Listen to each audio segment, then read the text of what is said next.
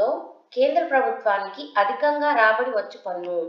కేంద్ర ప్రభుత్వానికి అధికంగా రాబడి వచ్చు పన్ను. ఆప్షన్స్ ఆదాయపు పన్ను, కార్పొరేషన్ పన్ను, ఆప్షన్ సి కేంద్ర ఎక్సైజ్ సుంకం, ఆప్షన్ డి కస్టమ్స్ సుంకం. ఆన్సర్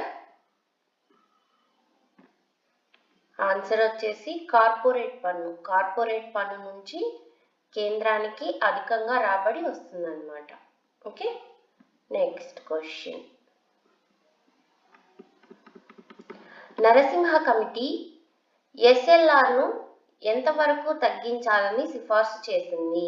నరసింహ కమిటీ ఎస్ఎల్ఆర్ను ఎంతవరకు తగ్గించాలని సిఫార్సు చేసింది?